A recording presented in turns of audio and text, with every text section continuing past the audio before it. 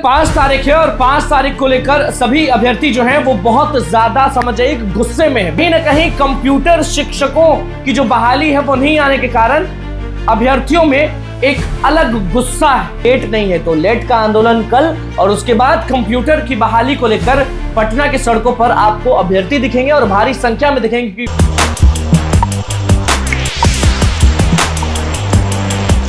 देखिए कल 5 तारीख है और 5 तारीख को लेकर सभी अभ्यर्थी जो हैं वो बहुत ज्यादा समझिए गुस्से में है। बीएसपी का घेराव होने वाला है एक तरफ और एक तरफ एसटीईटी का रिजल्ट आने वाला है। नमस्कार, मैं अनुकुल तिवारी और आप वॉइस अप देख रहे हैं। LET protest, STET result. लेकिन कहीं ना कहीं कंप्यूटर शिक्षकों की जो बहाली है वो नहीं आने के कारण अभ्यर्थियों में एक अलग गुस्सा है। अब अलग गुस्सा इसलिए है कि टीआरई 4 में अगर आप 70,000 जो बहाली की बात कर रहे हैं, जो सीट्स की बात कर रहे हैं, वो आप अगर नहीं निकालते हैं और अगर आप निकाल रहे हैं तो शारीरिक शिक्षकों की बहाली और कंप्यूटर शिक्षकों की बहाली को आप अगर दूर रखते हैं तो ऐसे में जो अभ्यर्थी हैं वो नाराज हो जा रहे हैं। अब नाराज हो जा रहे हैं तो आप भी समझते हैं कि कहीं ना कहीं वो भी आंदोलन करेंगे और इसलिए नाराज हैं क्योंकि उनका ये कहना है कि जो शिक्षा मंत्री हैं वो सदन के अंदर खड़े होकर 28,000 बहालियों के बारे में कह रहे थे। अब 28,000 बहालियों के बारे में कह रहे थे तो आप भी जानते हैं कि अगर 28,000 के लिए अभ्यर्थी तैयारी करने लगे और 28,000 के पद के लिए वो लोग लगातार मेहनत करने लगे और कोई और आदमी नहीं, शिक्षा मंत्री ही वो बयान देते हैं कि सदन में कि 28,000 बहाली आ रही है, कंप्यूटर के लिए आप तैयार रहिए, कंप्यूटर शिक्षकों की बहाली होने वाली है, अभ्यर्थी जोर से मेहनत करें, तो अभ्यर्थी मेहनत करने लगे।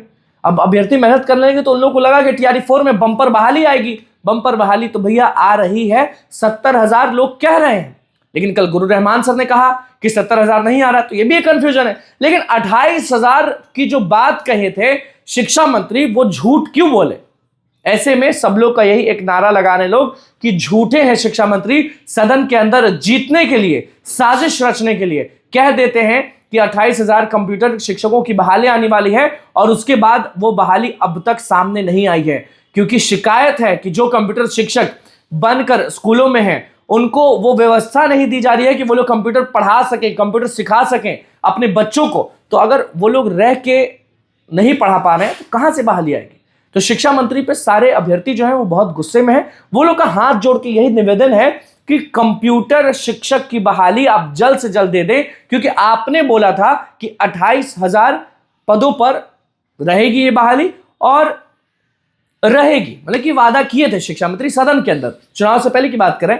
और हर जगह जेडीयू से भी ऐलान हो रहा था, नीतीश कुमार भी ऐलान कर रहे थे। तो ऐसे में लोगों के मन में यह बन गया कि कंप्यूटर शिक्षकों की बहाली आने वाली है और अभी तक कोई भी अपडेट नहीं है। तो लेट का आंदोलन कल और उसके बाद कंप्यूटर की बहाली को लेकर पटना की सड़कों पर आपको अभ्यर्थी दिखेंगे और भारी संख्या में दिखेंगे, क्योंकि वो लोग तैयारी करते हैं और अगर तैयारी करने के बाद आप झूठे साबित हो जाते हैं, इनकी कोई गलती नहीं होती है, तो वो आंदोलन शुरू करेंगे और उसके बाद लड़ेंगे भी। अब देखना होगा कि जो 70,000 की बात हो रही है उसमें इन होगा कंप्यूटर का बहाली या अलग से एक बहाली निकाली जाएगी जिसमें कंप्यूटर शिक्षकों की बहाली होगी। बहुत बहुत धन्यवाद। चैनल को सब्सक्राइब करें।